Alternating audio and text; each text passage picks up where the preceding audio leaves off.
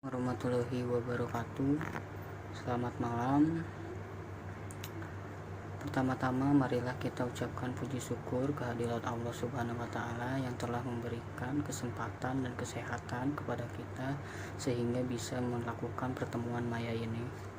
Tidak lupa sholawat serta salam tercurah kepada Nabi besar Muhammad Sallallahu Alaihi Wasallam. Perkenalkan, nama saya Ilham Taufik. Saya mahasiswa dari Universitas Dian Nusantara, Fakultas Public Relations. Kali ini saya akan membahas tentang COVID-19. Munculan COVID-19 dilatar belakangi oleh kasusnya yang dimulai dari radang paru-paru pada awal Desember 2019.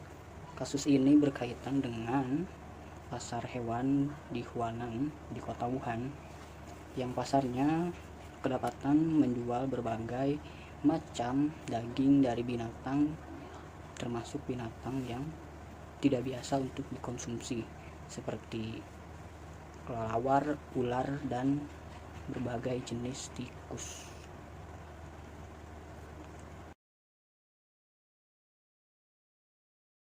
Kasus radang paru-paru ini memang banyak ditemukan di pasar hewan tersebut. Virus corona atau COVID-19 diduga dibawa oleh kelelawar dari pasar lain sehingga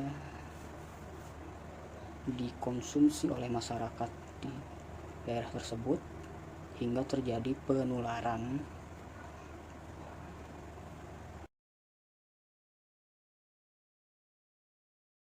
Hingga saat ini kelelawar lah yang diduga sebagai faktor munculnya corona atau COVID-19. Terlepas benar atau tidaknya informasi tersebut, COVID-19 membuktikan diri mampu menular antar manusia.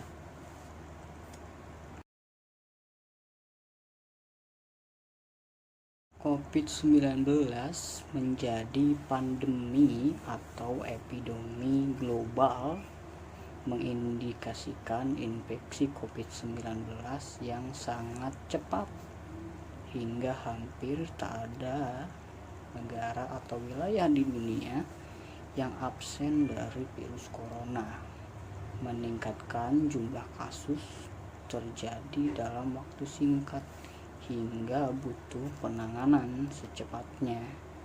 Sayangnya, hingga kini obat atau spesifik untuk menangani kasus infeksi virus corona belum ditemukan.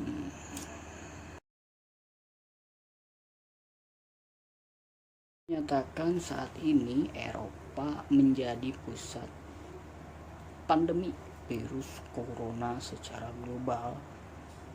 Eropa memiliki lebih banyak kasus kematian akibat COVID-19 dibanding China. Jumlah total kasus virus corona menurut WHO kini lebih dari 136.000. COVID-19 ke Indonesia. Diumumkan awal Maret, virus corona sebenarnya sudah masuk ke Indonesia pada awal Januari. Pertama kali pemerintah mengumumkan 2 kasus pasien COVID-19 di Indonesia, namun pakar epidemiologi Universitas Indonesia menyebutkan bahwa virus corona sudah masuk ke Indonesia dari awal Januari.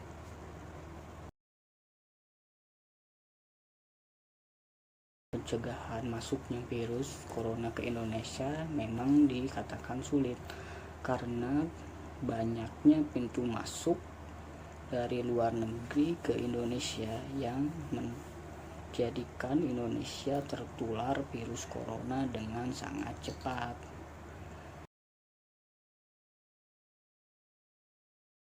Kurang pahamnya masyarakat tentang bagaimana menangani virus corona membuat kepanikan, di mana orang-orang mulai panik memborong semua barang bahan makanan dan juga tingginya harga masker di Indonesia, dan diperparah dengan banyaknya oknum nakal yang menumpuk masker medis sehingga harganya menjadi melambung tinggi. Menumbuhkan kesadaran masyarakat untuk menerapkan protokol kesehatan, masyarakat membutuhkan yang namanya teladan. Disiplin dalam menerapkan protokol kesehatan menjadi kunci pengendalian COVID-19 dari sisi masyarakat. Hal ini membutuhkan kepatuhan untuk tertib dalam bermasker, mencuci tangan, dan menjaga jarak.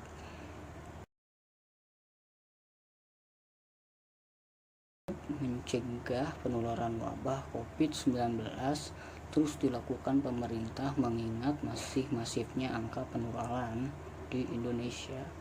Upaya memupuk kesadaran warga tersebut dilakukan dengan ragam sosialisasi untuk menggunakan masker, rajin cuci tangan, dan menjaga jarak di tengah masyarakat.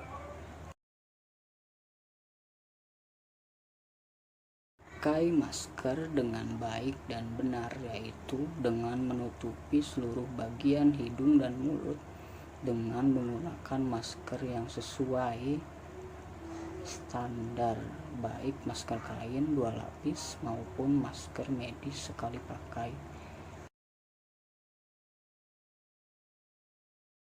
Mencuci tangan adalah salah satu tindakan sanitasi dengan membersihkan tangan atau jari jemari dengan menggunakan air atau maupun cairan lainnya oleh manusia dengan tujuan untuk menjadi bersih.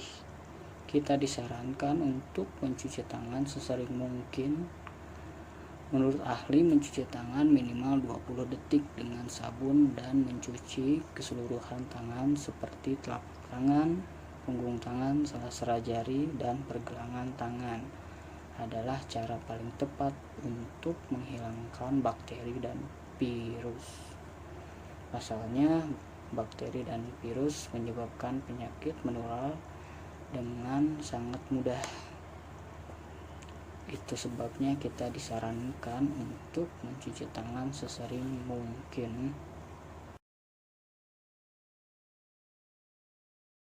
Kita disarankan untuk mencuci tangan sebelum atau setelah memasak, setelah mengganti popok anak, setelah menggunakan kamar mandi, setelah merawat hewan, setelah bersin atau batuk, sebelum, setelah merawat luka, sebelum atau sesudah makan, dan sesudah membuang sampah.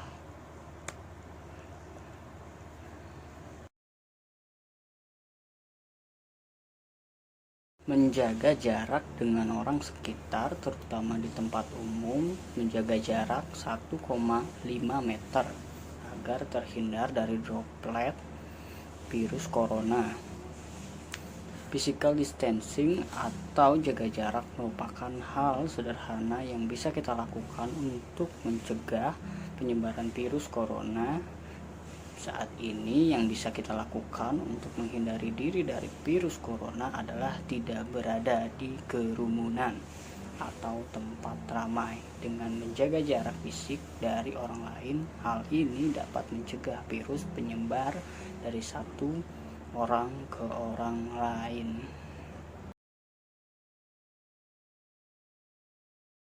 Dari penerapan 3M ini, mencuci tangan, memakai masker, dan menjaga jarak adalah untuk memutus mata rantai penularan COVID-19.